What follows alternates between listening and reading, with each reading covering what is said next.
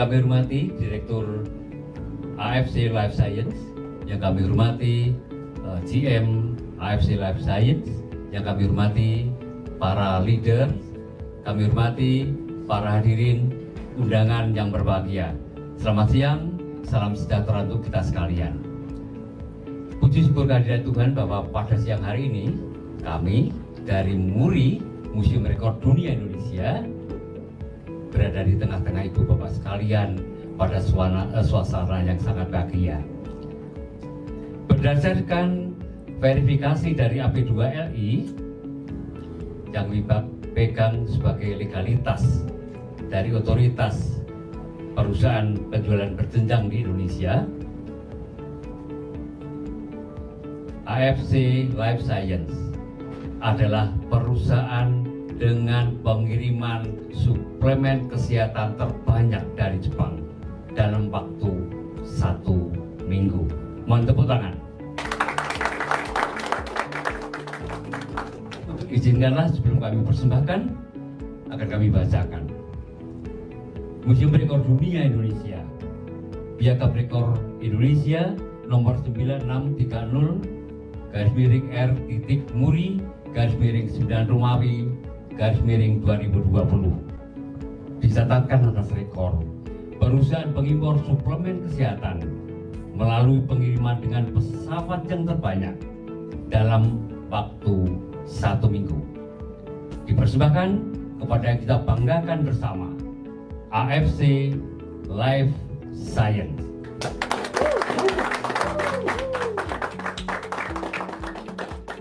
Selamat siang semuanya, saya Ernest Prayuda, CEO dari AFC Life Science. Di sini ada Niko juga, GM kita, dan para leader kita. Officially kita hari ini menerima rekor MURI, yaitu kita adalah perusahaan suplemen yang mengimpor produk dari luar negeri masuk ke Indonesia dengan menggunakan pesawat terbanyak. Jadi bukan cuma dari Jepang masuk ke Indonesia, tetapi secara rekor mereka melihat ada kita yang terbanyak yang pernah mengimpor dari luar negeri masuk ke Indonesia dengan menggunakan pesawat terbanyak selama 1 minggu. Bapak dan Ibu, saya cuma mau bilang, ini sebenarnya kita hari ini bukan mau celebration, bukan mau achievement, tetapi kita mau minta maaf kepada Bapak dan Ibu karena terlambatnya produk datang. Tapi kita mau buktikan Bapak dan Ibu hari ini bahwa kita sudah di manajemen melakukan yang terbaik, membawa produk dari Jepang menggunakan pesawat yang terbanyak Bapak dan Ibu. Di Jepang sendiri yang membawa produk pakai pesawat itu cuma tuna yang paling mahal ya, Toro ya Bapak dan Ibu ya. Jadi kita di manajemen pertama mau minta maaf sekali lagi, barang datang terlambat. Tapi pada hari ini kami membuktikan di manajemen bahwa kami melakukan yang terbaik agar barang cepat sampai. Begitu aja dari kami semua. Terima kasih, kami terima rekor ini, dan rekor ini again bukan sebagai celebration tapi permintaan maaf kami. Terima kasih semuanya. Konnichiwa.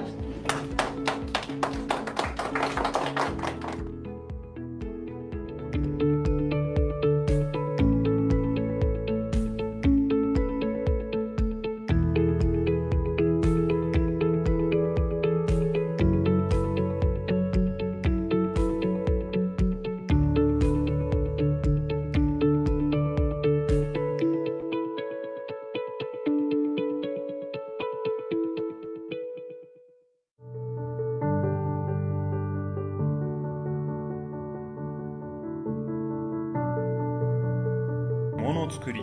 It's a Japanese word and concept which literally means making things, and it has been used for nearly 1,500 years. The word does not only refer to the production and processes used during manufacturing, but also the spirit of making an item extremely well.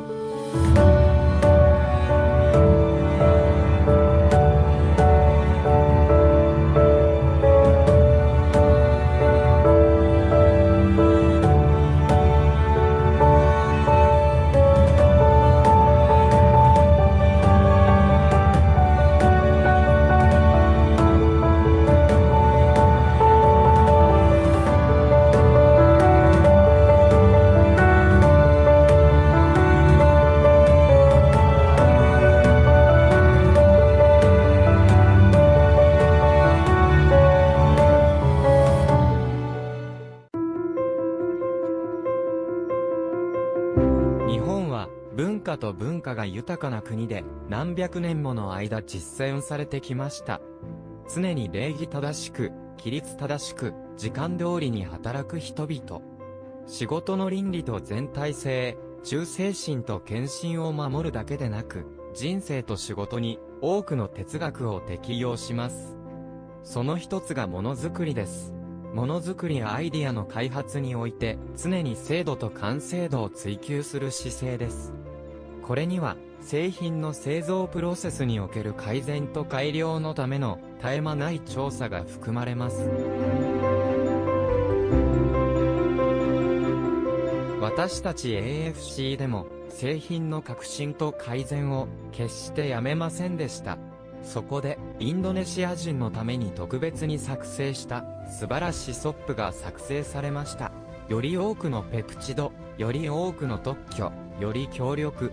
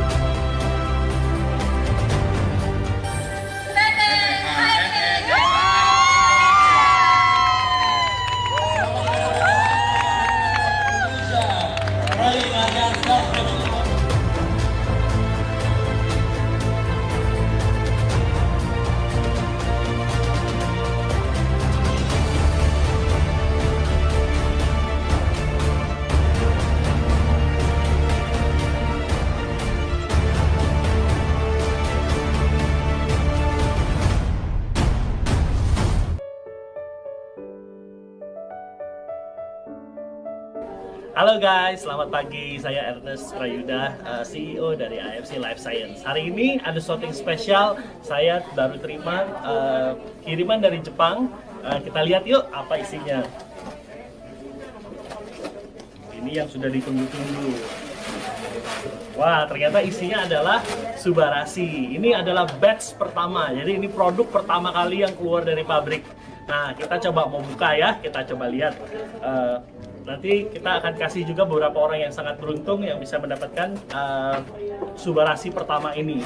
Oh ya, di dalam sini kita lihat cuman ada 4 box Subarashi yang dikasih dari pabrik. Jadi ini benar-benar yang pertama, batch pertama kali running ya. Ini historical, saya akan simpan 1 dan ada 3 yang akan kita bagi-bagiin. Ini di dalamnya Subarashi, boxnya seperti ini, lebih mengkilap, dan ini di dalamnya. Ada teman-teman nih, Pak Yosi, ya, Pak Yosi sini Pak. Nah, karena Pak Yosi hadir, saya coba kasih Pak Yosi 1 ya, coba ya. Pak, ya.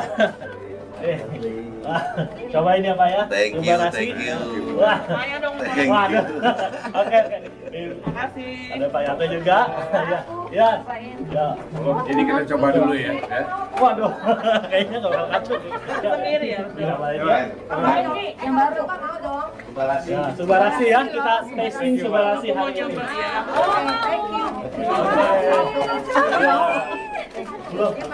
Oke, sekarang kita mau kasih ada 3 orang yang mendapatkan SOP ini, orang yang beruntung. Ini nomor 1 adalah Ibu Inge Octavia Budiman. Nah, kemarin kita udah announce, beliau adalah orang yang pertama kali melakukan pembelian transaksi pertama. Jadi orang yang pertama kita akan kasih batch yang pertama ya, historical. Ibu Inge akan mendapatkan ini 1 ya. Lalu di depan saya ada nomor. Kita pilih, ini ada 5 Bushido kita sudah disiapkan oleh manajemen tadi, saya belum lihat. Oke, kita akan pilih 1 nomor. Di belakang nomor-nomor ini ada nama-nama Bushido yang akan memenangkan 1 ya, cuman 1 ya. Oke, kita pilih ya. Ini acak aja ya. Yang menang namanya Ardrian. Nah, Ardrian yang dapat 1 box Subarasi pertama. Ya dari kita itu aja. Satu kayaknya kita mau simpen sebagai history ya, di pajangan kita ya. Jadi kita bagiin cuman satu untuk Ibu Inge, satu untuk Bu Sido Ardrian yang beruntung. Gitu aja dari saya. Terima kasih semuanya. God bless you. Sukses selalu.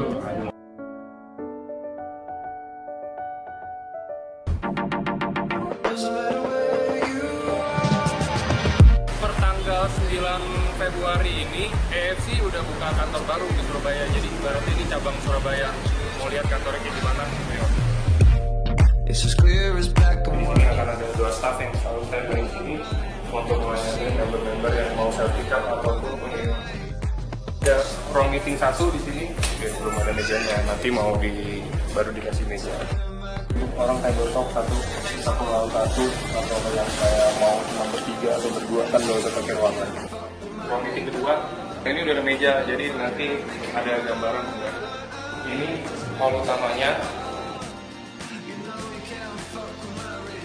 Tur singkatnya kali ini buat member-member yang ada di area sekitaran Surabaya sampai ketemu.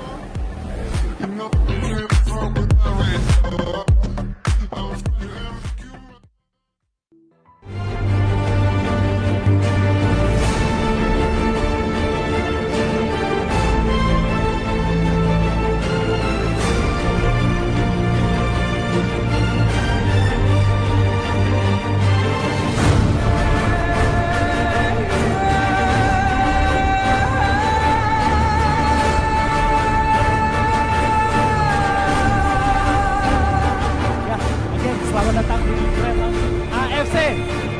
Wow, luar biasa. Saya mau katakan AFC sedang booming saat ini, Bapak dan Ibu. Saat go public, Bapak dan Ibu. Semua tidak akan meremehkan lagi. Lakukan dengan melibatkan kebaikan. Spread happiness.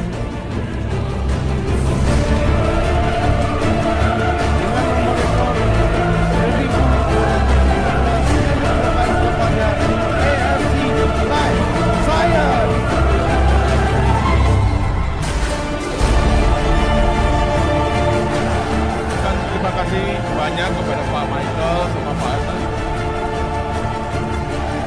Banyak terima kasih saya ucapkan tentunya kepada para founder, Pak Ernest dan kawan.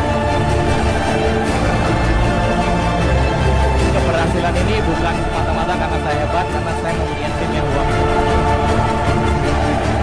Sukses itu apa? Penting berat, yakin dari kalian juga.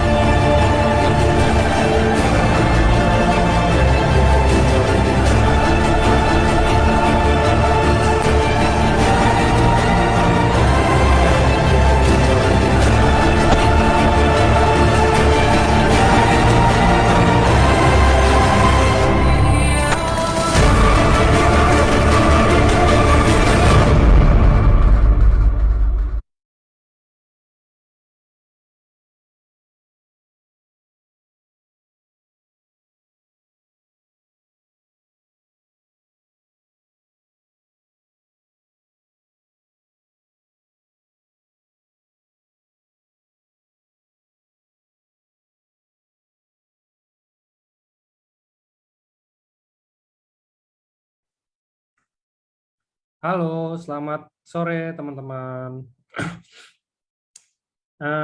Kita hari ini mau seminar lagi, kita mau bahas tentang produk ya. Jadi buat teman-teman yang mungkin biasanya ada di hari Senin lagi training, atau misalkan kayak hari Rabu tanya-tanya produk kan selalu dibilang nanti lebih lengkapnya di hari Sabtu. Nah, hari ini. Jadi hari ini kita mau bahas tentang produk. Tapi dikemasnya itu tuh jadi kayak seminar kesehatan sih. Jadi maksudnya bukan kayak bahas produk, oke ini fungsinya ini. Enggak, cuman hari ini kita ada topiknya, dan topiknya ini sih sebenarnya yang lagi lumayan rame aja sih. Jadi topiknya hari ini tentang kata pemerintah. Katanya waspada nanti di akhir tahun, kalau misalkan kita nggak bisa jaga, nanti bakal kemungkinan ada gelombang 3 COVID ya. Jadi kan teman-teman juga pasti kemarin udah ngerasain gelombang 2, kita udah dari gelombang 1, gelombang 2. Nah, sekarang katanya mau ada gelombang 3 karena nanti di akhir bulan ada liburan kan, liburan Natal dan Tahun Baru dan lain-lainnya. Jadi itu diwaspadai. Nah, hubungannya apa sama seminar hari ini? Hari ini kita mau bahas nih, jadi walaupun nanti amit-amitnya misalkan ada gelombang 3 nih COVID, kan nggak enak dong, maksudnya nggak mungkin kita udah gelombang 3 nih, kita udah gelombang 3 udah mungkin amit-amit banget, parah lagi contohnya Indonesia. Terus kita baru gerabakan gitu loh, aduh gimana ya mau kayak gini gimana ya, tetangga kena lagi nih, aduh saudara kena lagi nih, aduh. Kita hari ini mau bahas biar nggak ada yang kayak apa ya, ini kayak persiapannya sih kalau menurut saya. Jadi kita kan harus waspada ya, kita juga nggak ada yang mau sebenarnya COVID gelombang 3 lagi. Cuman kan apa daya, apa mau dikata, kalau memang tiba-tiba muncul lagi, kan bukan karena orang-orang yang di Zoom ini, misalkan orang di Indonesia ada bersekian juta, ya kan kita impact-nya kecil lah, kalau misalkan ini kita walaupun hidup sehat, kita segala macam. Tapi kalau yang di luar sana tetap enggak, ya kita juga kena kan. Nah, makanya hari ini kita mau bahas apa aja yang kita harus lakuin, apa aja yang harus kita perhatiin, dan gimana cara jaganya ya. Jadi maksudnya kita lebih ke arah nyegah lah. Jadi gimana caranya biar nanti kalau kita kena ada gelombang 3 lagi pun kayak ya udah, ya bukannya nyantai aja nggak pakai masker terus batuk sembarangan, bukan. Maksudnya kita seenggaknya nggak sewas-was itu gitu loh. Nah, hari ini mau bahasnya bukan dari ranah ekonominya, karena yang biasa di branding kan dari ekonominya, bisnis apa. Hari ini kita mau bahas dari ranah kesehatan teman-teman ya. Maksudnya gimana caranya menjaga, walaupun nggak ada pandemi, walaupun nggak ada gelombang 3 pun, ya kita kan tetap harus jaga. Nah, hari ini udah ada Dokter Buana yang bakal nemenin kita, mau bahas gimana sih kira-kira caranya tuh untuk ngejaga kalau misalkan nanti ada gelombang 3 atau ada apa aja sih yang harus benar-benar diperhatiin lagi, karena kan kita harus berkaca sama gelombang 1 dan gelombang 2 ya. Jadi banyak yang bisa kita contek sebenarnya. Ini kan hidup itu nyontek aja teman-teman. Ya kalau udah pernah kena 1 sama 2, ya yang ketiganya kan kalau sampai kena lagi kan itu artinya ada yang salah aja gitu kan. Nah, ini udah ada Dokter Buana. Selamat sore, Dok. Sore. Oke, Dok. Selamat sore. Hari ini kita, kalau yang tadi saya jelasin kan itu tentang dari ininya, Dok, dari bahasa sayanya, Dok. Nah, kalau kira-kira kalau dari dokter nih hari ini kita mau bahas apa nih, yang slide-nya dan apanya, tentang apa? Ya, suara saya jelas ya, Pak Angga ya? Jelas, Dok. Jelas ya. Ya, yang kita bahas sekarang ini tentu bagaimana mengawali ataukah mempersiapkan diri kita untuk mengantisipasi kemungkinan-kemungkinan terjadinya wabah ketiga ya, jadi pandemi gelombang yang ketiga ya. Ini yang kita bisa antisipasi dari sejak awal dengan memberikan satu informasi, satu edukasi kepada masyarakat tentunya. Karena yang paling menentukan dalam terjadinya gelombang ini bukan karena virusnya yang berkembang, bukan. Tapi karena kita sendiri sebagai host-nya gitu ya. Jadi itu yang nanti kita akan bahas, apa sajakah yang harus kita bisa siapkan sedini mungkin agar resiko terjadinya gelombang ketiga itu, kalaupun misalnya ada ya, tetapi tidak separah-parah yang gelombang kedua lah gitu ya, karena kan kita tidak mungkin juga bisa mengendalikan ya jumlah penduduk yang demikian banyak, mobilisasi orang yang demikian masif begitu ya, yang diprediksikan di akhir tahun baru ini gitu.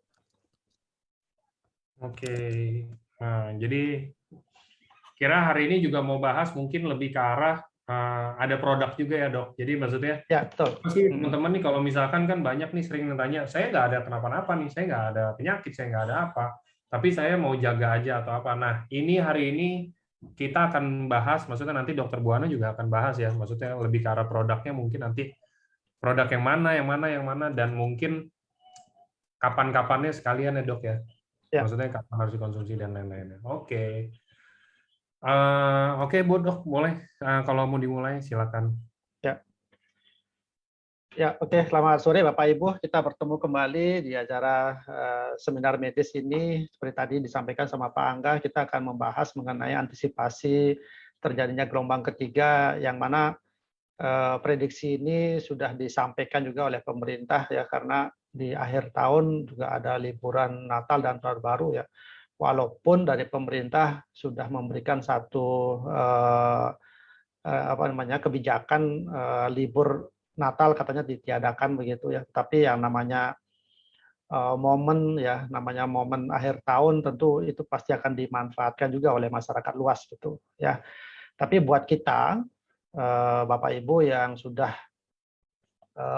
dalam satu komunitas kita ini, paling tidak nanti kita akan tambahkan satu informasi ya, dan pemberian edukasi apa sih yang harus kita siapkan ya, paling tidak buat diri kita sendiri dan keluarga lah gitu ya, kaitannya nanti dengan produk kita, apa sih yang harusnya kita konsumsi gitu ya.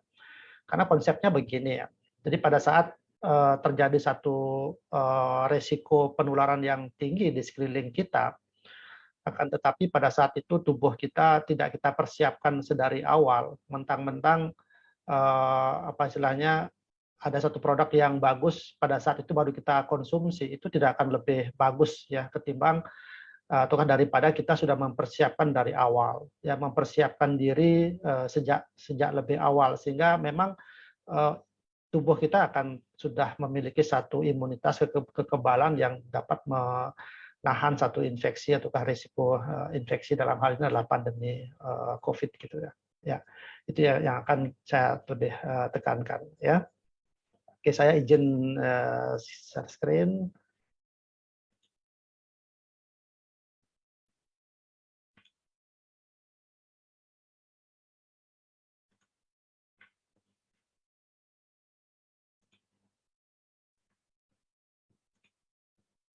Ya, judul yang kita bahas sekarang ini adalah bagaimana kita bisa mencegah ya gelombang ketiga dari coronavirus ya. Ya, kita tahu Bapak Ibu, penyebaran virus corona ini itu sudah penyebaran sudah ke seluruh dunia ya, di mana penyebarannya sudah tergolong sangat cepat sekali dan masif, artinya sekali menginfeksi dan demikian banyak orang yang terinfeksi, disertai dengan tingkat kematian yang tinggi. Nah, ini yang kita sudah ketahui bersama-sama ya, yang menjadikan satu kondisi ini satu pandemi ya. Jadi memang sudah menyeluruh dunia dan menyebabkan angka orang-orang yang terinfeksi demikian tinggi dan kematian juga tinggi ya. Nah, demikian derasnya informasi yang kita terima, yang kita dengar, kita saksikan, ini yang menyebabkan paling tidak diri kita juga menjadi satu kewaspadaan tersendiri ya.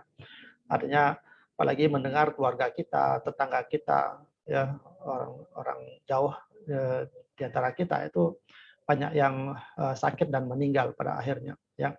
Masuk dalam kondisi tidak terlalu berat, tetapi dalam 2-3 hari kemudian kita dengar yang sakit sudah dalam kondisi meninggal. Demikian menakutkan sebenarnya virus ini. Nah, tentunya dengan pengalaman kita selama 2 tahun kita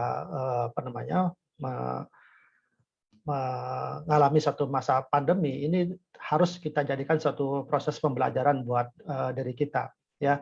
Artinya bahwa kondisi-kondisi pada saat terjadi satu mobilitas orang yang demikian masif, demikian banyak, tentu risiko itu pasti akan muncul ya, karena ya kita tahu bahwa hostnya dalam virus ini adalah manusia dan hewan, tapi yang sekarang kita bahas adalah manusia ya, diri kita sendiri gitu ya. Ini yang nanti kita akan pelajari lebih jauh lagi ya. Bapak Ibu, kita sudah mengetahui ataukah mengalami sendiri barangkali yang menjadi penyintas COVID, gejala-gejala yang bisa muncul saat kita menderita ataukah terinfeksi corona ini.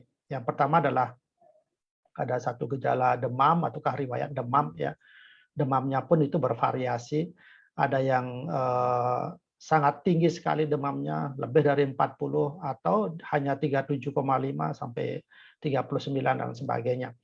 Ya, tentu demamnya ini pun ada yang hanya sehari, 2 hari, atau malah sampai 7 hari. Ya, ini sangat bervariasi. Yang kedua adalah gejala flu, pilek dan batuk ya. Tapi ini pun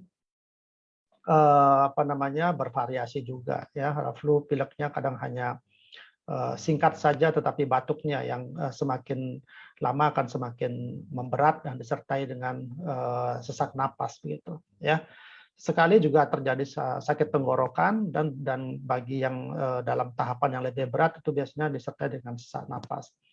Di samping itu ada juga beberapa gejala-gejala yang tidak khas ya, yang satu orang dengan orang lain itu memiliki satu gejala-gejala ya. Seperti contoh, pasien datang dengan kondisi diare begitu. Ya, kondisi diare memang sebelumnya ada demam. Ya, tapi pada saat dia datang ke rumah sakit yang dikeluhkan adalah hanya diare saja. Ya. Nah, setelah ditindaklanjuti ternyata karena aware-nya petugas kesehatan atau tenaga medis, pasien tersebut dilakukan pemeriksaan misalnya swab antigen misalnya. Di sana didapatkan hasilnya positif. Ya, setelah dilakukan tracing lebih lanjut, dilakukan pemeriksaan PCR, ternyata PCR-nya adalah positif. Nah, ini sudah tidak khas lagi sebenarnya gejala-gejala yang disampaikan, sudah dimunculkan ya pada saat awal-awal COVID ini muncul. Ya, jadi makanya sebenarnya yang paling mengetahui kondisi di pasien tersebut itu adalah pasiennya sendiri sebenarnya. Nah, cuman kan yang menjadi masalah adalah orang tersebut terkadang tidak mengakui ataukah tidak mengatakan bahwa dirinya sedang sakit. Ini yang sangat berbahaya sebenarnya Bapak Ibu. Ya, apalagi orang tersebut berada di lingkungan keluarga kita sendiri dalam satu rumah misalnya. Ya, ada anak-anak kita ataukah saudara kita ataukah kita sendiri juga yang akibat dari kurang memahaminya gejala awal dari COVID ini, seringkali kita mengabaikan gejala-gejala awal ini. Ya, seringkali kita mengabaikan bahwa gejala awal ini sebenarnya adalah sebagai simptom yang mengarah ke COVID. Ya, nah apabila kita mengabaikan itu sehingga kita juga berinteraksi dengan keluarga kita, secara otomatis ya penyakit tersebut atau virus tersebut akan kita tularkan ke keluarga kita sendiri gitu. Inilah yang menyebabkan kenapa disebut sebagai klaster keluarga ataukah klaster satu komunitas barangkali ya. Nah, itu yang menyebabkan karena tempat jalan penularannya itu melalui droplet. Jadi pada saat kita berbicara dengan dengan keluarga kita, apalagi di rumah ya. Kalau di rumah kan kita percaya bahwa keluarga kita kadang ya dia tidak sakit, ya nggak usah pakai masker lah gitu. Ya, jadi kadang menjadi satu pertanyaan ataukah candaan ya di dalam rumah kok bisa pakai masker gitu ya. Tapi sebenarnya kalau kita saling menyadari ya, kalau kita saling mengetahui dan mengetahui bahwa risiko itu bisa terjadi, di saat kita merasakan tidak nyaman pada tenggorokan, anggaplah begitu ya, ataukah merasa tidak nyaman pada badan oleh karena ada demam misalnya, kita pun harus waspada. Dan tentunya pada saat itu kita memang harus sesegera mungkin kita menekan risiko dengan jalan memakai masker. Ya, karena itulah salah satu cara untuk melakukan pencegahan awal ya untuk penularan secara droplet ini. Ya, itu sedikit sharing sama Bapak Ibu ya. Bapak Ibu, dalam ilmu ya kesehatan lingkungan dalam kita menentukan satu risiko infeksi, kita mengenal ada 3 hal, 3 faktor yang menjadi penentu penularan ya. Yang pertama adalah agent ya.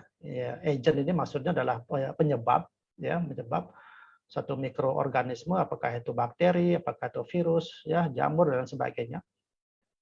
Ya, kemudian yang kedua itu adalah host. Host ini sebagai penjamu ya. Jadi yang diserang gitu ya, karena agent ini tidak bisa hidup tanpa ada hostnya gitu ya.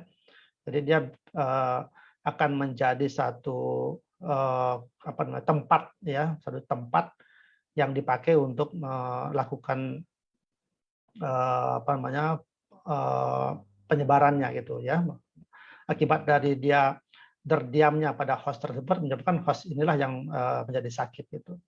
Dan faktor yang ketiga adalah faktor lingkungan. Ya, faktor lingkungannya tentu banyak ya yang menjadi bagaimana agent ini dalam kemampuannya dia melakukan infeksi kepada host ini.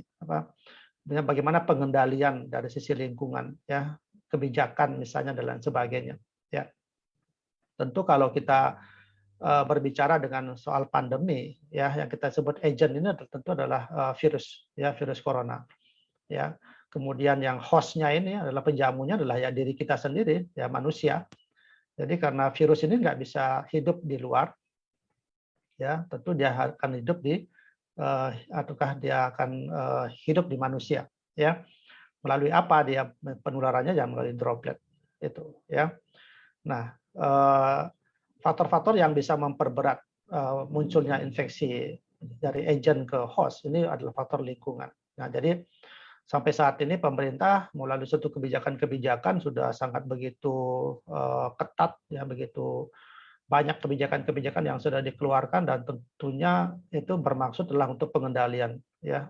Nah, ini kita harus kita harus hargai, ya, kita harus turuti apa kebijakan-kebijakan yang sudah dikeluarkan tersebut, ya. Jadi sekali lagi faktor penentunya, ya, ini adalah ada 3, yaitu agent, host, dan lingkungan, ya. Tentu kalau kita ingin kekuatan dari agent untuk menginfeksi host, tentu kita memang harus ada pengendalian, ya. Jadi kita bisa mengurangi pertumbuhan dari agent ataukah kita mengurangi angka penularannya kepada host, ya. Ini tentu ada interaksi antara lingkungan yang bisa menghambat penularan dari agent ke host itu. Ya. Nah, Bapak Ibu, mungkin saya bisa gambarkan sedikit ya bagaimana gelombang kedua yang pernah kita alami, ya, terutama itu dimulainya di bulan Juli, ya, sampai bulan September kemarin, ya.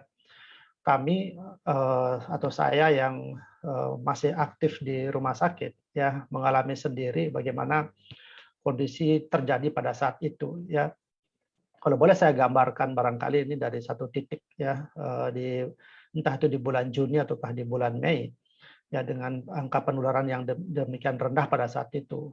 Akan tetapi demikian meningkatnya angka infeksinya di mulai bulan Juli sampai akhir Juli, ya, demikian juga di bulan Agustus, ya. Dan hanya terjadi suatu penurunan di bulan September.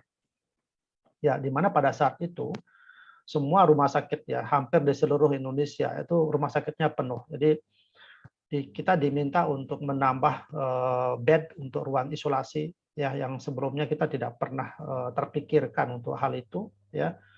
Dan terakhir kita diminta untuk minimal 40% dari jumlah tempat tidur kita bisa fungsikan untuk ruang isolasi. Ya, demikian juga untuk ruang ICU, ya, yang kemanfaatannya itu memang sangat dibutuhkan oleh pasien. Kemudian yang paling menyita pikiran kita dan energi kita itu adalah oksigen, ya, yang notabene menjadi satu kebutuhan vital yang pada saat itu pada semua pasien, ya. Oleh karena satu permintaan yang demikian tinggi pada saat itu semua produsen oksigen itu mengalami kekosongan, ya, tidak mampu untuk memenuhi kebutuhan. Ya, akibatnya adalah yang terjadi kita berebutan oksigen. Kemudian oksigen yang sudah ada itu pun kita sangat efisien sekali dalam penggunaannya. Bila mana perlu mungkin pasien-pasien yang memang tidak terlalu membutuhkan oksigen, kita jangan berikan oksigen, ya, sampai berteriak-teriak atau sampai yang keluarga sampai marah-marah dan sebagainya. Ya, itulah yang terjadi, ya. Sampai terjadi satu chaos di dalam rumah sakit bahwa ya sebagai direktur, ya saya sebagai direktur pada waktu itu juga hampir ya 24 jam kita selalu memonitoring bagaimana kebutuhan oksigen dan sebagainya, ya. Kemudian bagi pasien-pasien yang mengalami kondisi yang berat, kebutuhannya adalah ventilator, ya, atau sejenis, ya, yang tentunya tidak semua rumah sakit memiliki ventilator ini. Ya, hanya rumah sakit rujukan pusat yang hanya memiliki dan jumlahnya pun hanya terbatas. Nah, selanjutnya adalah obat antivirus, ya, karena demikian permintaan yang demikian tinggi, Bapak Ibu, ya. Ini menyebabkan VBF yang menyantarkan obat-obat tersebut itu juga mengalami kekosongan. Nah, ini satu kondisi yang kita sangat tidak inginkan sebenarnya, ya. Jadi pada waktu itu berapapun jumlah tempat tidur yang disediakan itu tidak akan bisa mencukupi, ya, karena ya jumlah penduduk yang demikian banyak yang mengalami sakit. Nah, jadi pada saat itu ya peningkatan drastis kasus positif dari varian Delta, angka kesakitannya yang tinggi, ya demikian juga angka kematian yang tinggi dan angka kesembuhan yang rendah, ya.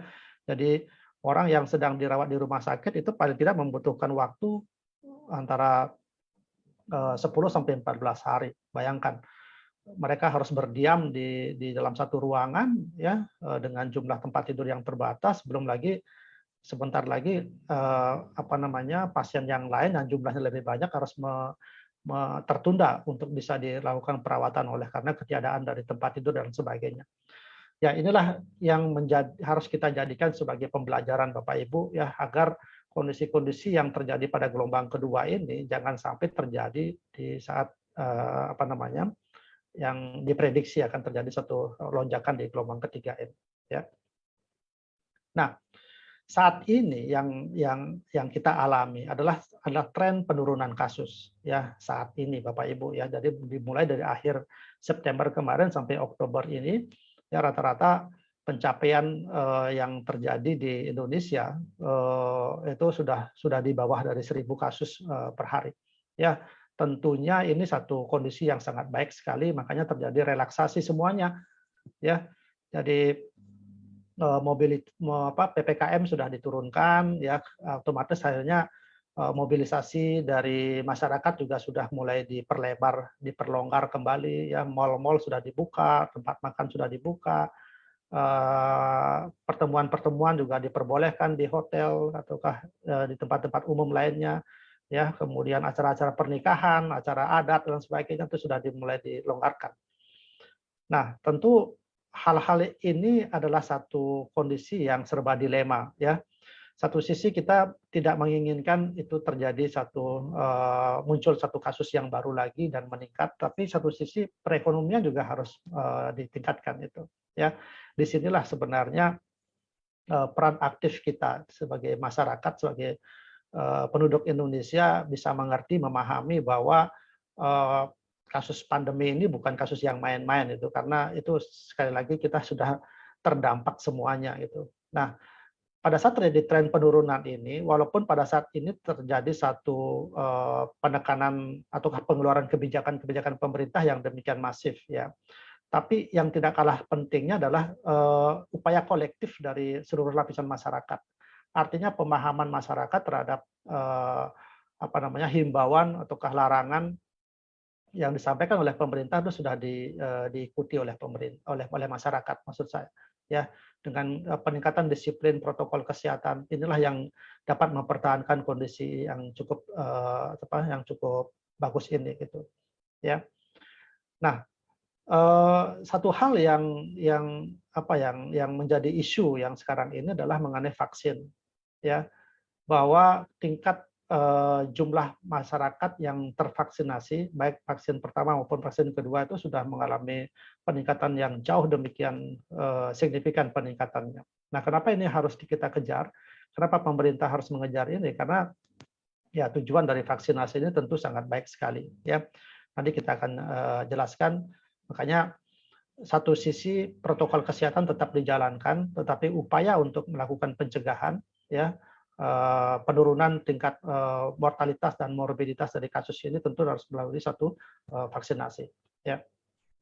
Ya, Bapak Ibu, ini data yang saya ambil per 28 Oktober kemarin, ya. Jadi kasus aktif sudah mulai turun, ya, di angka 295, ya, walaupun ini yang kita waspadai, ya, kasus terkonfirmasi artinya sudah mulai ada peningkatan sedikit, ya. Sebelumnya adalah 650-an, sekarang menjadi 723 kasus, ya, walaupun dari sisi kesembuhan itu terus mengalami peningkatan, ya. Tapi Ya, inilah yang kita sebenarnya inginkan ya, di mana kasus kesembuhan itu masih lebih tinggi daripada kasus terkonfirmasi ya. Dan kasus terkonfirmasi inilah yang juga kita harus tekan terus supaya menjadi serendah-rendahnya sehingga apa namanya secara total, secara kemampuan untuk menginfeksi orang yang masih sehat itu sudah semakin rendah lagi gitu ya. Nah, Bapak Ibu, ini yang kemarin di desus apa ya kita dengarkan ya bahwa ada satu varian dari Delta ya. Jadi ditemukan sudah di beberapa negara dan kemarin saya baca di Singapura sudah ditemukan juga ya, artinya sudah negara tetangga terdekat kita itu sudah ada. Jangan-jangan di Indonesia memang sudah mulai ada, cuman karena belum terlaporkan saja gitu ya. Ya, tetapi varian Delta ini sebenarnya bukan varian yang baru ya, tetapi hanya sebagai mutasi tambahan saja dari varian Delta yang kita sebut sebagai AY4.2 lah gitu ya. Nah, belum diambil satu kesimpulan ya terhadap karakteristik dari varian varian Delta ini ya. Apakah itu mulai dari laju penularannya seperti apa, keparahan yang ditimbulkan seperti apa ya. Karena ini masih ada satu proses studi yang masih dilangsungkan begitu. Apakah varian Delta yang kita sebut Delta Plus ini akan lebih kuat daripada varian Delta yang sebelumnya? Kita juga belum bisa menyingkirkan itu ya. Tetapi ada beberapa statement yang sudah bisa dikeluarkan bahwa varian Delta Plus ini itu memang memiliki satu kelebihan-kelebihan. Yang pertama adalah dari sisi peningkatan transmisinya, jadi penularannya. Jadi kemungkinan mungkin lebih cepat gitu ya, lebih cepat untuk melakukan satu proses transmisi. Kemudian ikatan virusnya dengan reseptor di paru-paru itu lebih kuat. Jadi antivirus yang salah satunya adalah untuk memperlonggar ikatan antara virus dengan reseptornya itu mungkin tidak akan lagi bisa sekuat yang kemampuannya untuk mengantisipasi varian Delta yang sebelumnya itu ya.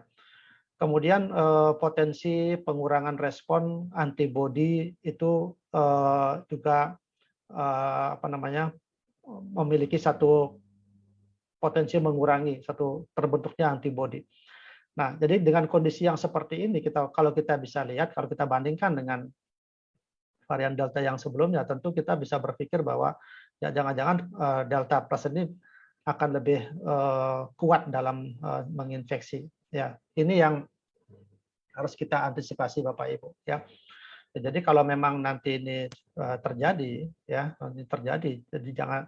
jadi di antara masyarakat kita yang nantinya akan terjadi satu potensi atau risiko, jadi antara varian Delta dengan Delta Plus ini juga akan berbaur begitu. Ya, kita juga tidak tahu apakah sebelah kita termasuk varian Delta ataukah kita sendiri kena Delta Plus dan sebagainya. Tapi kita nggak usah pusing dengan hal itu. Apa kena varian Alpha atau varian Delta, varian Gamma dan sebagainya, kita nggak usah pusing ya. Yang kita maksud saya tidak usah pusing kita memikirkan akan terkena yang mana gitu, ataukah kita minta yang mana, kita nggak usah memikirkan itu. Yang kita harus adalah kita pencegahan yang paling utama ya, pencegahan. Nah, kadang untuk mendalami masalah pencegahan ini tidak semudah yang kita pikirkan Bapak Ibu ya. Yang kita lihat sekarang kalau misalnya pun kita berada dalam satu lingkungan warga ya, mungkin saja ada beberapa masyarakat yang masih mengabaikan tentang pencegahan ini yang sudah selalu didengung-dengungkan ya. Ada pemakaian masker ya, tidak berkerumun terlalu dekat ya, tidak menjaga jarak dan sebagainya, tidak selalu mencuci tangan dan sebagainya ya. Tetapi menyadarkan masyarakat menjadi suatu proses kebiasaan itu tentunya sangat sulit Bapak Ibu ya. Jadi ya ini tentu masih menjadi satu PR kita bersama-sama ya. Nah, ini yang kemungkinan diprediksi ya satu gelombang yang ketiga ini prediksinya adalah dimulainya nanti di bulan November ya. Karena dengan mulai relaksasinya mobilisasi masyarakat ya, daerah pariwisata sudah mulai dibuka ya. Kita tahu Bali tempat saya sendiri itu sudah dibuka apa namanya border ya untuk perbatasan Bali menerima wisatawan asing, kemudian wisatawan lokal juga sudah mulai berdatangan. Ini sebenarnya satu sisi memang bagus untuk peningkatan ekonomi masyarakat Bali yang terpuruk dari akibat pandemi ini, tetapi buat kami ini sebenarnya adalah satu risiko yang sangat tinggi yang kami bisa dapatkan ya. Ya makanya khusus untuk masyarakat di Bali yang secara umum ya, untuk pemenuhan vaksinasi buat masyarakat itu didorong demikian cepatnya. Kemudian bagaimana persiapan-persiapan dari tempat wisata untuk menerima wisatawan, ya fasilitas kesehatan juga sangat dimaksimalkan untuk untuk mempersiapkan diri bila mana memang terjadi satu lonjakan kasus lagi gitu ya.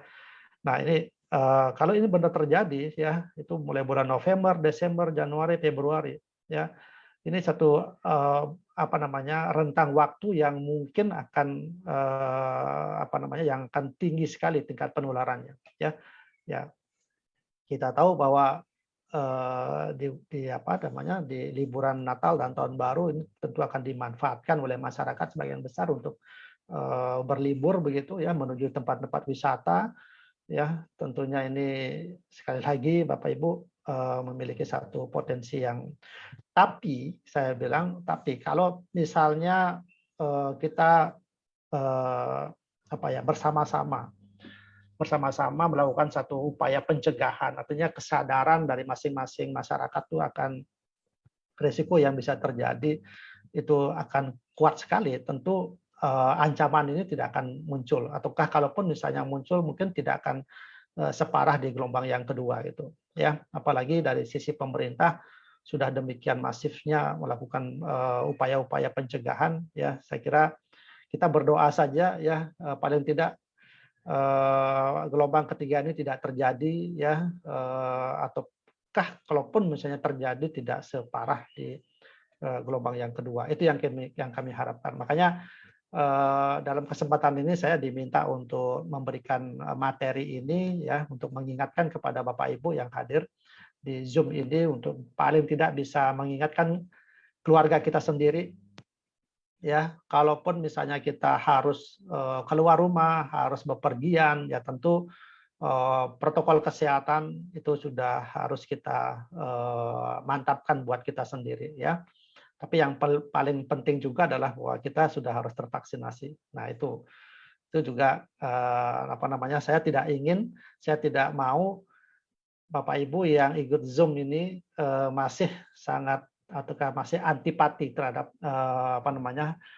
vaksin begitu ya, tidak mau divaksin dengan berbagai macam alasan pembenaran pada diri ya, kecuali memang kondisi saat ini tidak memungkinkan untuk divaksinasi ya. Tapi saya berharap semuanya yang hadir di sini, apakah 100 orang, 200 orang begitu, dan keluarganya itu semuanya sudah tervaksin, paling tidak sudah divaksinasi yang periode pertama itu ya. Nah jadi melalui satu strategi pemerintah bagaimana pencegahan gelombang yang ketiga itu ya, yang paling kuat adalah sebenarnya adalah pemahaman tentang protokol kesehatan yang 5M ini ya. Yang 5M, kemudian ada 3T ya, tracing, tracking, dan treatment, dan divaksinasi. Ya, jadi sekali lagi upaya ini tentunya salah satunya adalah merupakan upaya untuk pencegahan varian-varian yang bisa masuk ke Indonesia ya. Jadi dalam hal ini karena sudah membuka border ya, terutama di Bali, kemudian nanti daerah-daerah yang lain itu ada nanti satu proses karantina perjalanan ya. Jadi masyarakat ataukah orang luar yang datang ke Indonesia atau orang Indonesia yang baru habis bepergian dari luar negeri sampai di Indonesia itu harus menjalani satu proses karantina ya. Jadi karantina tentunya upaya untuk memastikan bahwa orang yang datang dari luar negeri itu tidak terkonfirmasi positif ataukah membawa jenis varian yang baru yang nantinya bisa menginfeksi masyarakat. Ya. Nah, jadi saya kembali ulangi lagi bahwa pemerintah juga sudah memperketat ya mobilitas masyarakat di jelang libur tahun baru ini ya, untuk mencegah satu lonjakan kasus ya.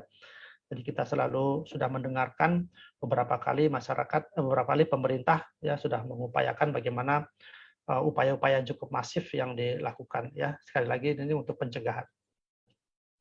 Nah, mengacu pada kasus yang terjadinya gelombang kedua kemarin ya. Jadi walaupun sudah ada pembatasan untuk acara liburan Idul Fitri pada saat itu, tetapi ya tentunya masyarakat yang demikian banyak berhasrat untuk bepergian ya pulang kampung dan sebagainya tentu tidak bisa semaksimal mungkin untuk dikendalikan. Ini suatu proses yang tantangan terbesar buat masyarakat, buat pemerintah kita. Ya buktinya pada saat itu selama 9 minggu proses infeksiusnya corona ini demikian membuat semua masyarakat, semua pemerintah, ya semua rumah sakit menjadi bebannya demikian tinggi. Jadi sekali lagi Bapak Ibu, ini jangan sampai terjadi, ya jangan sampai terjadi di periode yang akan datang ini. Nah, jadi untuk melakukan pencegahan terhadap satu kedatangan varian baru dari luar negeri, ya tentunya penerapan satu karantina ya bagi masyarakat yang baru datang atau orang-orang yang wisatawan yang baru datang dari luar negeri itu akan dilakukan satu karantina ya. Kebijakan karantina ini pun sudah berubah-berubah ya dari 8 hari kemudian sekarang diturunkan menjadi 5 hari ya. Dan beberapa negara-negara malah ada yang membebaskan tidak usah dikarantina, jadi kamu boleh langsung berkreasi di tempat negara saya dan sebagainya. Ya ini tentu menjadi satu kenapa sih berbeda-beda kebijakan-kebijakan itu? Ya tentu ini sekali lagi kita karena masing-masing negara belum punya satu standar yang baku ya karena ini kan baru kasus yang baru seperti itu ya. Ya Indonesia menerapkan karantina 5 hari sekarang ini, ya itu pun dengan tujuan yang demikian sangat dipertimbangkan sekali, ya. Ya akibatnya memang kita bisa lihat. Jadi beberapa wisatawan yang sudah membooking hotel melihat adanya keluarnya kebijakan yang baru ini mereka membatalkan, ya tidak datang ke. Satu sisi memang baik buat kita, ya, tapi di sisi lain orang dalam yang berhubungan dengan bisnis seperti itu pariwisata menganggap bahwa ini kebijakan ini tidak mengenakan buat buat perekonomian ataukah bisnis usahanya.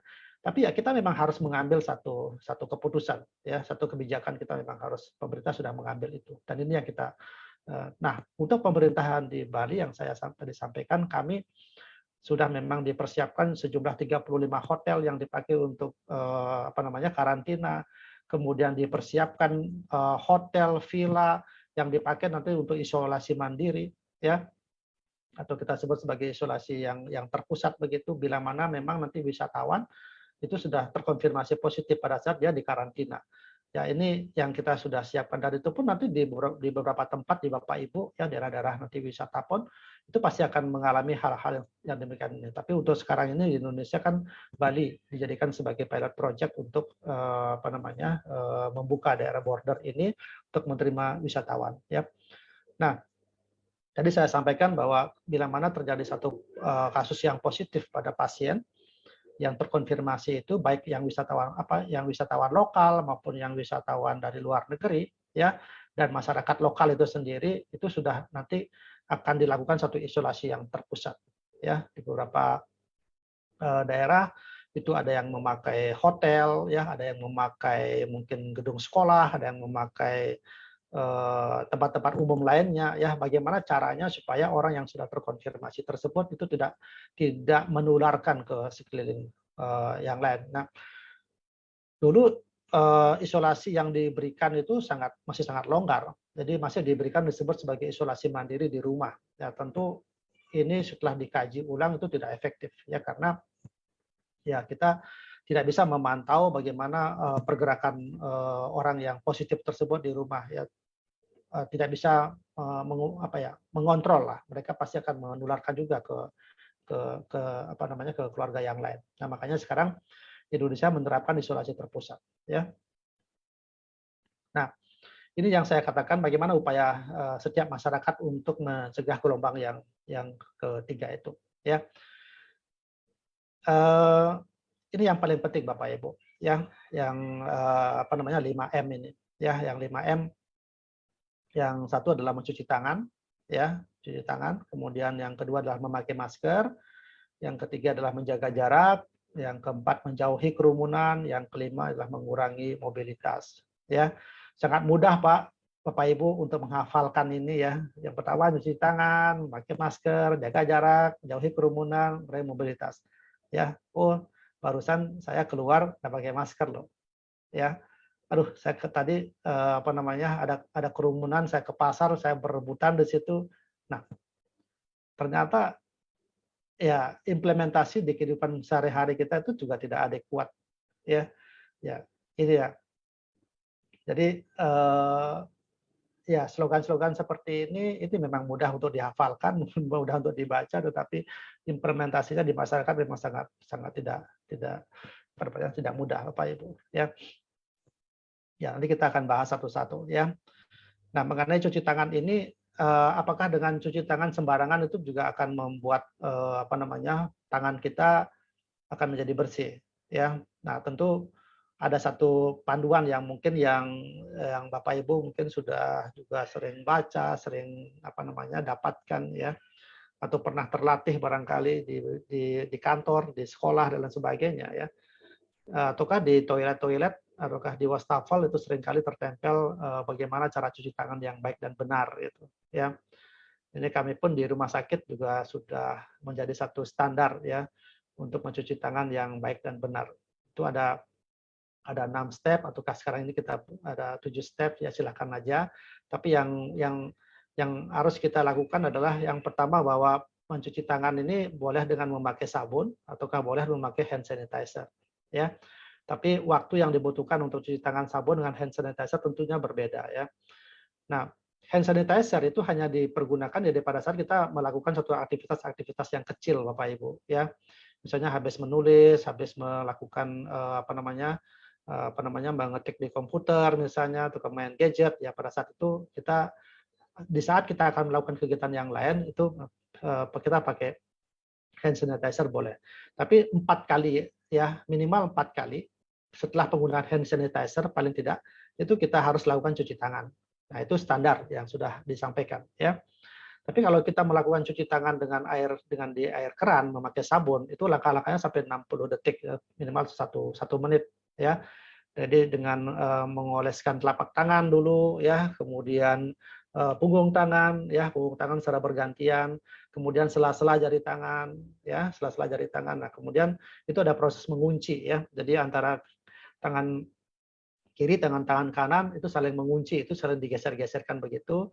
Nah, kemudian ibu jari kita yang tidak pernah yang selalu berada di luar itu juga kita harus bersihkan dengan jalan ya kita menggosok-gosokkan ya, menggosok-gosokkan ibu jari kita, kemudian ujung-ujung dari jari-jari kita putar-putar ya di telapak tangan kita ya searah ibu jari kita. Itu kita putar, kemudian di pergelangan tangan kita. Nah, itu juga prosesnya akan sama pada saat kita ingin membasuh ya membasuh sabun di air mengalir, itu proses juga akan sama seperti itu. Nah, ini standar yang harus kita ketahui. Jadi bukan hanya sekedar cuci tangan pakai air ya udah kita anggap itu udah bersih. Nah, kalau kita mau memang benar-benar bahwa tangan kita itu bersih untuk kita lakukan, tidak terinfeksi dengan kuman yang lain, lakukan langkah-langkah yang seperti ini. Nah, yang kedua adalah memakai masker, Bapak Ibu. Ya, tadi saya ada menyampaikan di slide ini, ya, untuk pemakaian masker di rumah. Ya, jadi ada tips begini, Bapak Ibu. Ya, bila mana ada anggota keluarga yang sedang tidak enak badan. Ya, dalam arti ini ada demam, ada nyeri tenggorokan saja. Ya, apalagi sudah disertai dengan flu dan batuk. Ya, yang saya inginkan adalah harus yang bersangkutan itu sudah dilakukan pemisahan, ya, sudah dilakukan pemisahan dari tempat tidurnya begitu ya, di dalam satu kamar tersendiri, dan yang bersangkutan sudah harus memakai masker. Ya, anggota keluarga yang lain, ya, kalau memang bisa pakai masker. Ya, itu yang harus segera dilakukan. Ya, untuk selanjutnya yang bersangkutan ini akan dilakukan pemeriksaan lebih lanjut. Ya, nah kenapa tadi saya bilang bahwa di dalam rumah itu harus pakai masker. Dan tentu itu harus ada alasan-alasannya. Ya, jadi kapan anggota keluarga yang lain itu harus memakai masker. Ya, sekali lagi bila mana ada salah satu anggota keluarga kita yang menyampaikan bahwa dirinya tidak mengalami tidak mengalami kondisi yang sehat pada saat itu. Ya, jadi paling tidak ada demam, ya, kemudian merasakan tidak nyaman pada tenggorokan, ataukah bila mana sudah dimulai dengan flu, batuk pilek. Ya, kondisi yang seperti ini yang masih ringan begini itu segera diambil keputusan pakai masker, itu yang paling bagus, ya. Kemudian asingkan sedikit, bukan mengasingkan artinya dipisahkan kamarnya dengan anggota keluarga yang lain, kemudian lakukan perawatan untuk selanjutnya apakah pergi ke fasilitas kesehatan ataukah ke laboratorium klinik untuk melakukan pemeriksaan. Nah, ini yang dalam hal pemakaian masker, Bapak Ibu, ada berbagai jenis masker yang beredar sekarang ini di masyarakat, ya. Kalau yang masker yang di paling kiri atas ini adalah masker bedah yang biasa dipakai oleh tenaga-tenaga kesehatan, ya. Dan sekarang ini masker yang model seperti ini sudah banyak dijual, ya. Yang kita tahu pada saat pandemi ini muncul itu harga masker yang bedah ini sampai harganya ratusan ribu dan sangat langka sekali, ya. Tapi sekarang sudah mudah sekali, ya, harganya pun sudah murah sekali. Ya, silakan Bapak Ibu mau memakai masker yang mana. Ya, kalau anjuran dari pemerintah, ya, paling tidak Bapak Ibu sudah bisa memakai masker yang bedah. Ya, itu anjurannya, ya, untuk untuk lebih amannya lah begitu, ya, karena masker bedah ini ada 3 lapis, ya, tentunya ada kemampuan yang bisa untuk mengeliminir masuknya dari kuman maupun virus, ya. Kalau memakai masker kain seperti yang gambar yang di sebelah kiri bawah ini, ya, tentunya ini jenis kain yang dipakai pun berbeda-beda, ya, dan pori-pori yang masing-masing kain juga berbeda-beda, ya. Nah, kalau ingin memakai masker kain, ya, masker kain sebaiknya ada pemakaian masker bedah dulu. Nah, itu yang diharuskan, ya, diwajibkan lah, gitu, bukan diharuskan, diwajibkan memakai masker bedah dulu, ya, kemudian baru dipakai masker kain. Nah, banyak masyarakat yang mungkin, ya, dari sisi penampilan mungkin, ya, tanda petik, ya, Bapak Ibu, tidak nyaman ataukah tidak menarik kalau pakai masker bedah, gitu, ya. Saya lebih enak pakai masker kain di luarnya, ya, itu silakan. Jadi masker bedah dipakai di dalamnya, baru masker kain dipakai di luarnya, ya, dengan warna-warni, dengan motif yang menarik supaya kelihatan lebih cantik begitu, silakan aja, ya. Tapi yang paling penting adalah kegunaan dari masker ini adalah untuk menekan penularan, ya, karena pencegahan droplet itu yang paling penting, ya. Ada juga masker KN95, ya, yang modelnya seperti ini, ya, itu silakan saja, ya. Dan masker yang paling bawah N95. Ya, ini adalah masker standar yang dipakai oleh tenaga kesehatan yang bekerja di ruang isolasi. Ya, tapi untuk Bapak Ibu mungkin kalau memakai N95 ini di jalan-jalan mungkin tidak terlalu tepat juga, ya, karena memang, ya, boleh dibilang terlalu berlebihan begitu, ya, karena kita juga berinteraksi dengan masyarakat yang belum tentu juga positif begitu, ya. Tapi N95 ini memang standar yang dipakai untuk bagi petugas tenaga kesehatan yang bekerja di ruang isolasi, di mana memang yang dihadapi adalah pasien-pasien yang memang sudah positif. Nah, mengenai penggunaannya, apakah masker bedahnya ini mau 1 lapis, mau 1 pieces, ataukah 2 pieces, itu, ya, dipersilakan saja. Yang paling penting adalah bagaimana penggunaannya yang tepat, ya. Jadi jangan sampai kita memakai masker, tapi maskernya ada di dagu nih, seperti di gambar yang sebelah kanan nih, gitu. Jadi percuma juga, ya. Kita memakai masker, tapi maskernya ditaruh di dagu. Nah, yang paling bagus adalah bagaimana masker tersebut menutupi hidung sampai ke dagu, ya, karena area ini ya area apa namanya hidung dan mulut itu memang kita harus tutupi karena itu adalah tempat untuk bisa droplet menyebar ya karena sebagai tempatnya virus itu ya. Jadi bagaimana menempatkan ujung dari masker itu yang ada kawatnya itu sampai di tulang hidung ya, di tulang hidung, kemudian bagian bawahnya itu harusnya sampai ke lingkaran dagu ya. Jadi itu yang paling benar yang ya cara untuk pemakaian masker ini ya. Jadi sekali lagi jenis apapun masker yang dipergunakan silakan saja ya, tapi ada yang standarnya.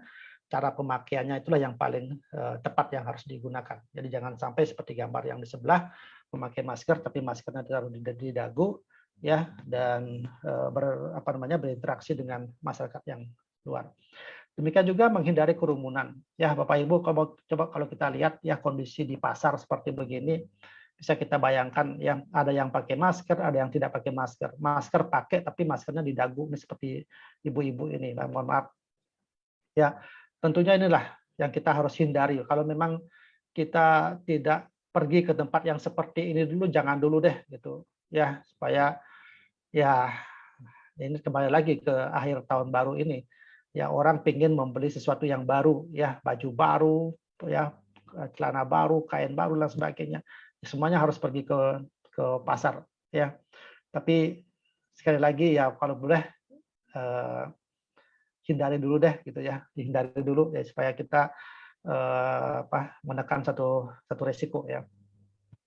Nah di beberapa tempat di daerah fasilitas umum ya kita sudah ada satu tempat-tempat yang di mana tempat tersebut tidak boleh untuk diduduki itu ya. Jadi tujuannya adalah untuk menjaga jarak ya. Tapi Bapak Ibu seringkali ini terjadi pelanggaran-pelanggaran ya, terutama mungkin karena satu keluarga gitu ya. Ya daerah yang sudah di garis silang begini ya ditempati juga oleh oleh orang untuk sebagai tempat duduk gitu ya. Tapi ya percuma juga gitu. Tapi ya inilah yang memang kita harus edukasi masyarakat ya untuk bisa mengetahui bahwa ini memang ya jarak ini memang penting sekali gitu ya. Ya apalagi ini kayak ibu yang di sini sudah pakai masker, ibu di sini sudah pakai masker, tentunya kalaupun misalnya terjadi percakapan, terjadi pengeluaran dropletnya sudah ditahan oleh masker ini gitu ya. Kemudian jarak yang demikian jauh, yang minimal misalnya 1,5 meter ini juga sudah cukup untuk mengurangi droplet yang keluar tidak sampai ke sebelahnya gitu. Ya, jadi ini sebenarnya pengertian yang begini yang mungkin kita harus jelaskan ulang lagi kepada masyarakat. Jadi kalau kita yang sudah berpendidikan tinggi mungkin iya gampang gitu ya. Tapi masyarakat yang di daerah, masyarakat yang tidak berpendidikan tinggi ya, ini ya yang menjadi tugas kita sebenarnya. Ya. Nah, bagi yang bepergian ya, apalagi memakai moda transportasi pesawat ya, udara, darat, laut ya, kereta api dan lain sebagainya. Itu kalau bisa memang kita tidak terlalu sering untuk bepergian ya, karena ya bagaimanapun mobilitas ini juga harus kita batasi ya. Tapi kalau memang harus bepergian ya tentunya ini ada satu kewajiban yang memang harus kita patuhi, yaitu harus melakukan tes PCR yang paling penting ya. Oleh karena apa? Karena tes PCR inilah yang sebagai standar ya menyatakan bahwa yang bersangkutan itu tidak terinfeksi COVID ataukah terinfeksi, itu sih ya. Kalau antigen sebenarnya sebagai screening saja ya, karena kalau namanya screening belum secara pasti ya, tapi kalau tes PCR itu sudah memastikan ya. Kalau ya tentu ada catatan-catatannya Bapak Ibu ya. Kalau ya banyak faktor tentunya ya kalau kita berbicara tentang tes PCR ini, tapi yang kita memakai satu acuan yang standar aja lah, bahwa kalau tempat pengambilannya benar, petugasnya juga melakukan benar, ya alatnya juga benar, baik begitu, cara pemeriksaannya benar, hasilnya juga benar, ya anggaplah itu. Kalau dia menunjukkan bisa dikeluarkan tes PCR-nya adalah negatif, bahwa itulah yang kita akui bahwa benar bahwa pasien tersebut tidak sedang sakit atau tidak terinfeksi COVID. Tentunya bagi yang negatif PCR itulah yang diperbolehkan untuk bepergian. Nah, jadi kalau seandainya semuanya negatif dalam satu pesawat misalnya, ya kita tahu pesawat kita berada dalam ruangan yang tertutup, ya bisa dibayangkan kalau seandainya ada yang positif, ya ada yang positif dalam satu pesawat tersebut, kemudian dia juga memiliki gejala batuk dan sebagainya, ada orang ataukah penumpang yang lain juga tidak memakai masker pada saat itu, tentu punya resiko dan sebagainya. Ya, ini yang kita takutkan, ya. Nah, kenapa moda transportasi udara yang paling diwajibkan untuk memakai PCR, ya kenapa daerah Bali dan Jawa pada saat ini yang memang diwajibkan untuk itu, ya karena ya mobilitas warganya yang demikian besar untuk bepergian mempergunakan pesawat itu, ya. Nah, upaya yang sedang dijalankan oleh pemerintah kepada masyarakat adalah vaksinasi, ya. Nah, awal-awal yang kita diprioritaskan adalah tenaga kesehatan. Ya, sekarang ini sudah sampai ke anak-anak sekolah. Ya, bagi masyarakat orang tua, kemudian anak-anak, ya ibu hamil, penyakit-penyakit degeneratif itu juga sudah diperbolehkan untuk divaksinasi. Ya, tentunya kajian-kajian ini mempergunakan vaksin yang mana itu sudah ada acuan dari pemerintah. Ya, ya kita memang kenapa vaksinasi tersebut memang harus digalakkan, ya. Yang pertama adalah merangsang sistem kekebalan tubuh, ya. Seperti anak-anak yang baru lahir, ya, sudah diberikan vaksinasi sampai umur 1 tahun, bisa sampai ke 5 tahun begitu, ya. Itu adalah merangsang kekebalan tubuh, sama fungsinya juga dengan COVID ini. Ya, yang kedua adalah mengurangi risiko terjadi penularan COVID, ya. Yang ketiga, apabila kita sudah tertular, misalnya, tapi dampaknya tidak terlalu berat. Ya, yang keempat adalah menciptakan herd immunity, ya. Nah, ini kenapa ini digalakan, ya. Sebenarnya manfaat dari vaksinasi ini sangat bagus sekali, Bapak Ibu, ya. Jadi kita harus melakukan dukungan, ya, kepada pemerintah. Kita jangan malah menjadi satu mempengaruhi masyarakat yang lain ataukah teman kita untuk tidak tervaksinasi. Ya, sampai saat ini pemerintah sudah mengupayakan ada lebih dari 300 juta dosis yang sudah diimpor dari luar negeri untuk diberikan kepada masyarakat Indonesia, ya, yang tentunya ini sudah ada sekian persen jumlah penduduk yang menjalani vaksinasi pertama, ya sekian juta yang mengalami vaksinasi yang kedua, malah ada beberapa tenaga-tenaga kesehatan kita, ya termasuk saya, itu sudah menjalani vaksinasi yang ketiga, ya. Tidak dalam tidak dalam pengakuan bahwa setelah tervaksinasi saya bebas melakukan tidak mengindahkan protokol kesehatan, ya. Tidak boleh seperti itu. Jadi yang sudah tervaksinasi sekali lagi dengan tujuan yang tadi sudah disampaikan, ya paling tidak di dalam tubuhnya itu sudah terbentuk kekebalan imun. Tetapi kekebalan imun yang didapatkan pada seseorang yang sudah tervaksinasi kan bukan 100%, Bapak Ibu, ya. Tidak ada yang bisa menjamin 100% untuk vaksinasi, tetapi ada imunitas yang tumbuh, yang muncul, ya paling tidak pada saat kita terjadi satu infeksi, ya infeksinya tidak terlalu berat. Itu yang kita inginkan sebenarnya, ya. Jadi sangat berbeda bila mana kita tidak menjalani vaksinasi, itu, ya. Jadi himbauan saya, ayo kita dukung vaksinasi ini. Jadi masih ada waktu bagi yang belum vaksinasi, ya silakan kita segera vaksinasi, ya. Tentu nanti ada pertanyaan-pertanyaan, dok saya kena sakit jantung, saya kena hipertensi, saya punya DM, apakah bisa vaksinasi apa enggak? Nanti saya akan jelaskan, ya, kalau nanti ada di sesi-sesi pertanyaan, ya. Nah, di samping itu, ya kita tetap harus memiliki satu pola hidup yang yang bagus, ya, dalam pencegahan ini, ya. Jadi kita memiliki lifestyle yang bagus, ya, konsumsi makanan, minuman yang sehat, ya. Kita tetap harus berolahraga yang sesuai dengan kemampuan kita,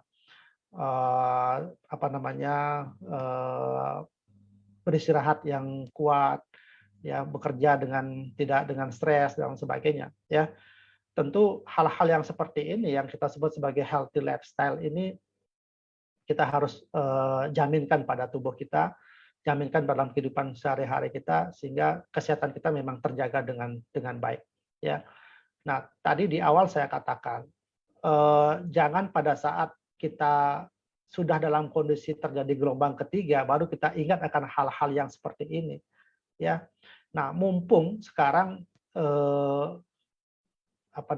berita itu belum muncul ataukah data itu belum ada, Bapak Ibu, mulai sekaranglah kita harus menciptakan kondisi kesehatan kita yang optimal, ya, karena dengan kesehatan tubuh kita yang optimal, ya, imunitas kita untuk melawan kuman-kuman yang masuk ke dalam tubuh kita itu pasti akan lebih kuat, ya.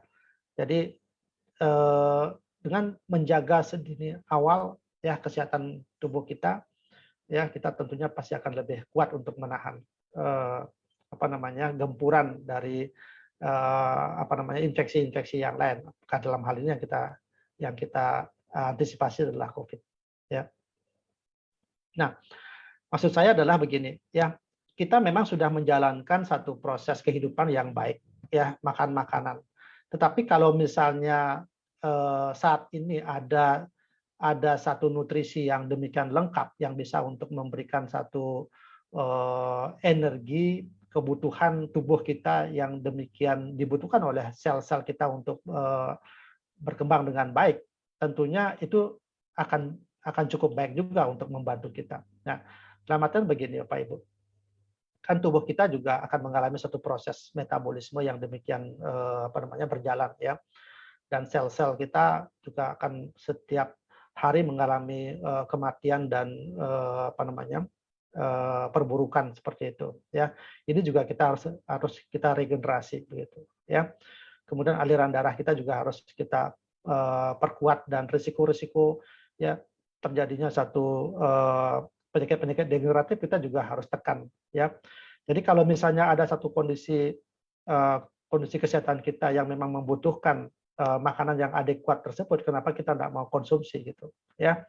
Nah, kita sekarang sudah dalam fase ini, ya, kita sudah mengenal ada produk namanya SOP Subarasi. Nah, udah apa sih kegunaannya? Apakah ini memang produk ini memang penting buat kita? Ya, sangat penting, ya. Ya, saya katakan ini sangat penting dengan kandungan yang demikian lengkapnya nutrisi yang ada di sini. Ini bisa membuat kondisi tubuh kita memang semakin lebih fit, ya. Kalau anggaplah contoh begini, Bapak Ibu, ya, kondisi kulit kita, ya. Kulit sebagai pertahanan luar, ya, bila mana dalam kondisi tidak bagus, ya, untuk menahan gempuran dari risiko infeksi, tentu akan lebih besar potensi terkena suatu infeksi, ya. Jadi kalau misalnya kulit kita bagus melalui satu asupan makanan yang demikian bagus ini, karena ini salah satunya memang memiliki paten untuk kulit, ya, untuk kulit. Ya, kenapa kita tidak mau mengkonsumsi ini gitu, ya. Jadi ya itulah sebagai salah satu penjelasan dari saya, ya, kalau misalnya ada organ sebagai tempat pertahanan tubuh kita, misalnya di kulit itu bagus, ya, untuk menahan infeksi ini, kenapa kita tidak konsumsi itu, ya. Jadi Subarasi yang dalam hal ini dia memiliki kemampuan untuk untuk meregenerasi sel, ya, kemudian meningkatkan aliran darah, kemudian pencegahan hipertensi dan pencegahan untuk terjadinya clot. Ini memang sangat bagus sekali, ya, kita konsumsi sedini mungkin, ya, sekali lagi sedini mungkin. Kalau selama ini Bapak Ibu juga sudah mengkonsumsinya, ya, demikian rutinnya, itu sangat-sangat bagus sekali, tapi jangan lupa, ya, kita sampaikan kepada saudara-saudara kita, tetangga-tetangga kita, ya, teman-teman kita yang memang sama sekali belum pernah mendapatkan informasi tentang produk ini, ya, dalam upaya untuk menjaga kesehatan kita. Siapa tahu nanti terjadi satu kondisi penurunan peningkatan kasus di akhir tahun ini, ya, tentu tubuh kita sudah kita persiapkan untuk menekan infeksi ini. Jadi sekali lagi silakan bagi Bapak Ibu mau mengenai dosisnya yang selama ini sudah dikonsumsi 1 saset mau 2 saset tetapkan dipertahankan seperti itu, ya, itu memang nanti sesuai dengan kebutuhan kita, ya. Nah, produk yang kedua kita adalah kita sebut sebagai Ursukusi, ya. Ursukusi ini kita ketahui adalah memang juga memiliki satu kemampuan untuk peningkatan imunitas tubuh ya, karena dalam kandungan-kandungan yang ada dalam persekusi ini ada memang memiliki kemampuan langsung dia sebagai peningkatan imunitas, meningkatkan NK sel, kemudian resveratrol ini memang dia benar-benar untuk bisa peningkatan imunitas ya, sebagai antioksidan juga ya, antioksidan yang sangat tinggi juga ada di L-glutathione ya, kemudian resveratrol juga dan lain sebagainya ya. Takarokumbu fucoidan yang ada di sini juga ini memang akan meningkatkan NK sel. Jadi sekali lagi dengan adanya kemampuan ursekusi ya, dalam hal ini adalah immune activating effect.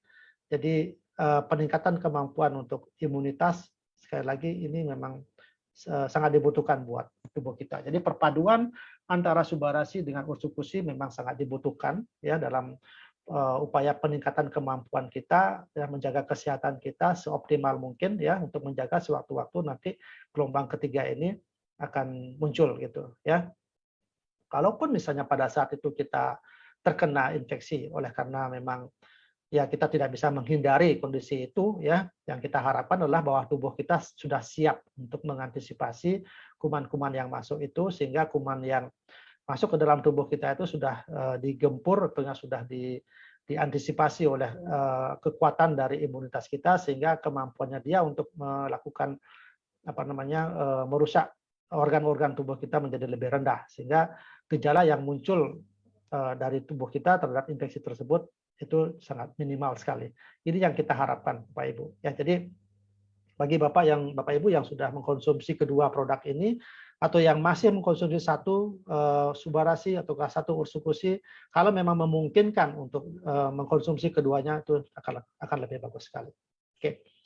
Demikian Bapak Ibu yang dapat saya sampaikan ya dalam pembahasan ini. Kita kembalikan ke Pak Angga dan mungkin bisa kita mulai dengan tanya jawab mungkin Pak Angga.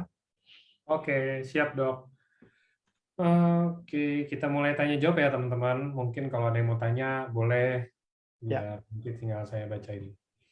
Ini beberapa udah ada yang tanya kalau ngobrol sakit vaksin. Dok, saya untuk terpapar COVID dan sudah sembuh dan keluar dari rumah. Sangat terbantu.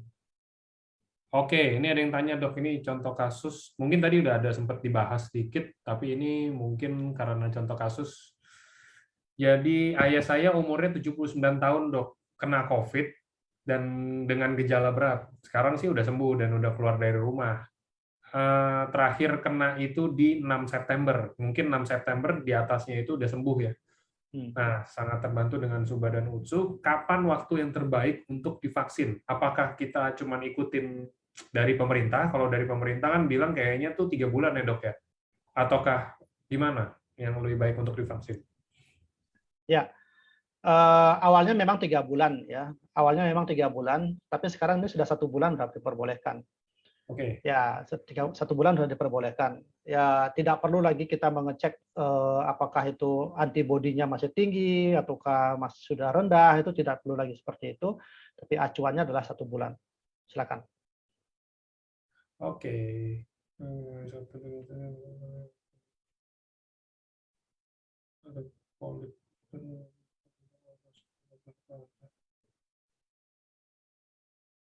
Ini ada yang tanya juga, Dok, ada yang kena polip di hidung. Ada yang kena polip di hidung, terus mau dioperasi di Sabtu depan.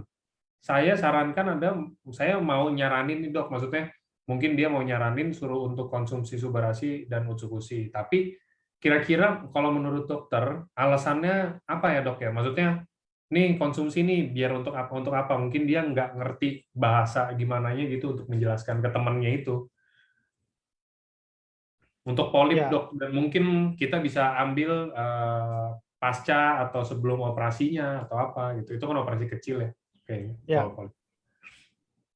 Ya, kalau kita hubungkan dengan paten yang dimiliki dari Subarasi dan Utsukushi, ya kaitannya dengan polip hidung yang mungkin kita bisa berbicara dari sisi kan kalau polip itu kan ada istilahnya pertumbuhan jaringan yang tidak normal begitu ya di hidung. Nah, tentunya kalau itu memang seharusnya dioperasi.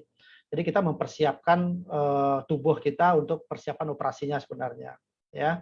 Jadi itu yang pertama. Yang kedua, kapan kita mau konsumsi? Ya tentu sebelum operasi lebih bagus kita langsung konsumsi, sehingga kalau misalnya terjadi operasi, pasca operasi penyembuhan dari luka bekas operasi juga akan lebih bagus, ya.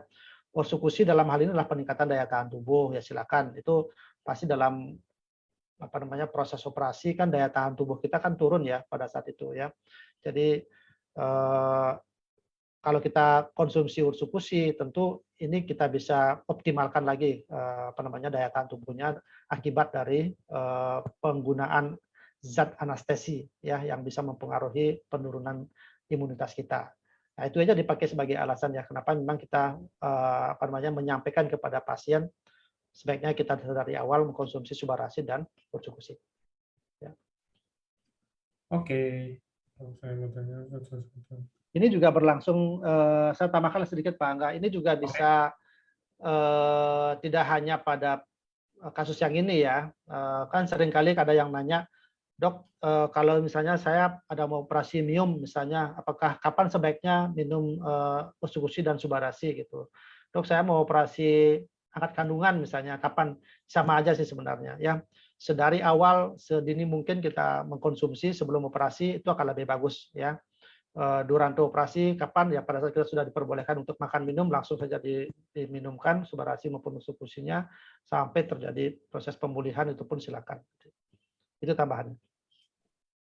Oke, ini ada yang tanya lagi untuk kalau ini ya sebelum dibacakan pertanyaannya, kalau untuk yang batu-batu ya teman-teman, batu ginjal, batu apa, kayak batu tuh harus diangkat ya dok ya, nggak bisa ya maksudnya dengan konsumsi terus tiba-tiba batunya mungkin pecah atau keluar sendiri gitu nggak bisa, ya harus diangkat. Oke, saya mau tanya antibody. Nah ini dok, saya mau tanya kalau antibody kuantitatif 682, apakah boleh booster?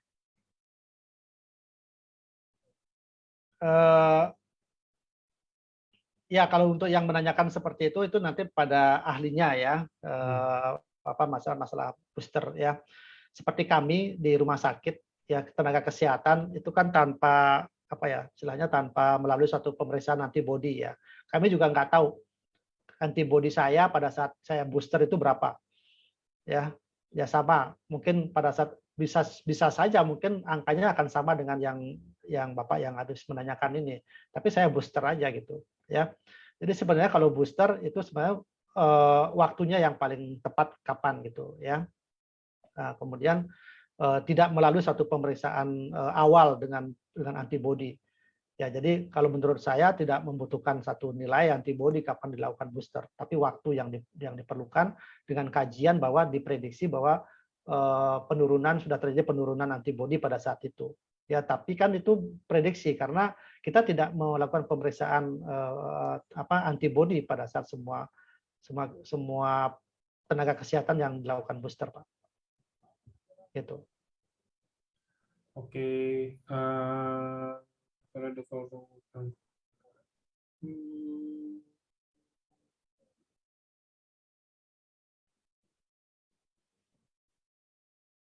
dok saya dulu 2 bulan karena ketiga dan stroke.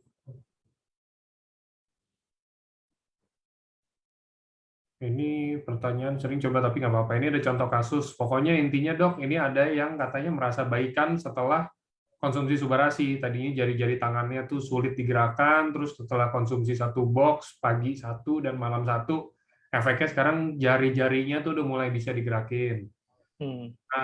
Tapi kemarin sempat mengalami kram-kram dan kira-kira udah konsumsinya tuh sekitar 1 box. Nah, pertanyaannya, apakah harus tetap dilanjutkan subarasinya atau ditambah sama ursekusi juga atau harus di stop? Ya, sepanjang sudah memberikan hasil dari perbaikan itu ya dilanjutkan ya. Jangan di stop ya. Karena dari yang menciptakan produk ini kan minimal penggunanya adalah 6 bulan kan gitu ya untuk mencapai hasil yang optimal.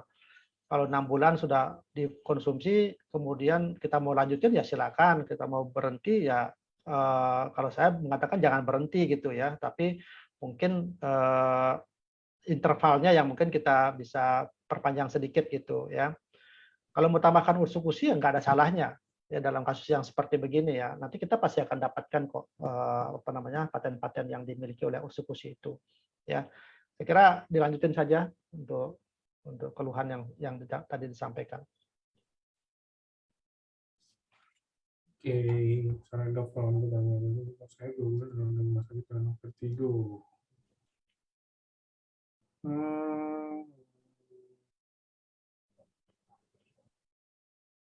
Mungkin ini pertanyaannya beberapa ada kayak pertanyaan yang tentang seputar kanker ya dok ya. Mungkin gini dok, biar kejawab semuanya juga.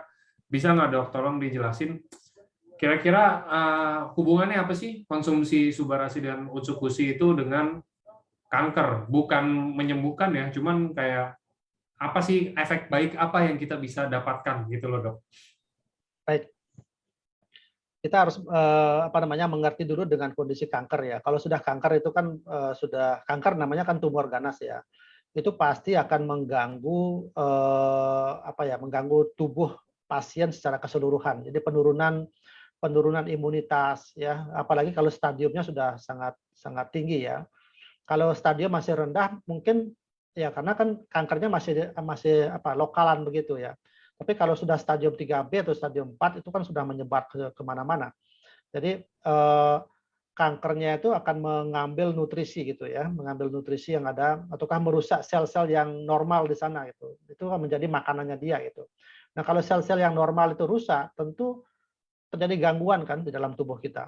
Ya kemampuan kita untuk mengkonsumsi makanan juga jadinya menurun. Ya kenapa orang kanker itu semakin kurus terjadi anemia ya, itu kondisi yang muncul. Nah dalam kondisi seperti itu kalau kita memasukkan nutrisi yang bagus ke dalam tubuh kita kan pasti akan mengembalikan ya, paling tidak kita akan bertarung antara sel yang masih hidup dengan yang akan memakan sel itu, yang mana yang lebih banyak akan mulai hidup selnya gitu ya.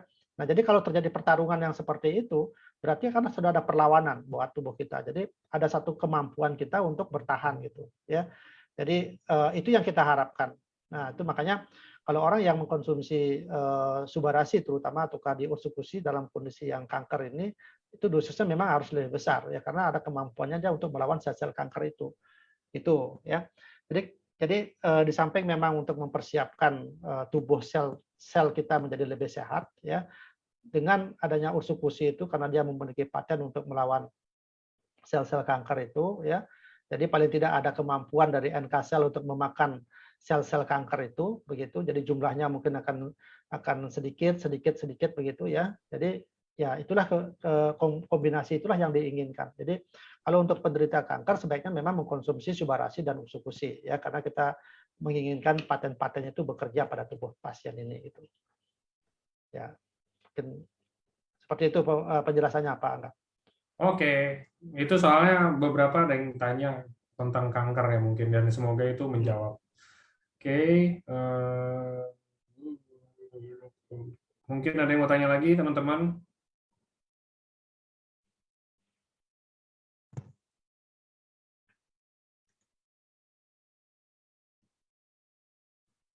Oke, kalau nggak ada yang tanya lagi, kita usaikan saja acaranya, Dok, karena pertanyaannya beberapa ada yang sama. Ya. Jadi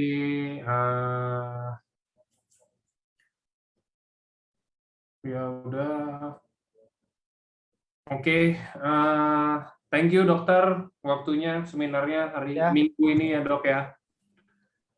Dan thank you juga teman-teman yang sudah hadir dan ini. Jadi mungkin dokter ada pesan nggak Dok sih untuk ini?